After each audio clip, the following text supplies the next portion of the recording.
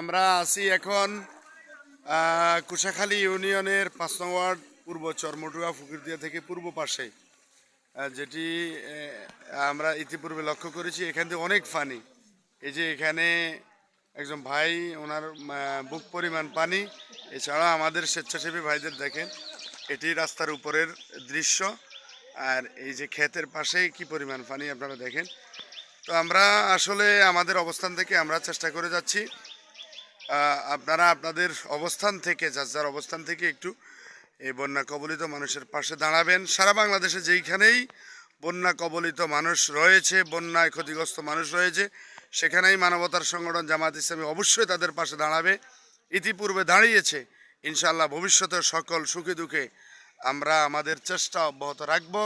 সেই সাথে আপনাদেরকেও সম্পৃক্ত রাখতে চাই এই সমস্ত মহৎ কাজে। সবাই সম্পৃক্ত থেকে ইনশাআল্লাহ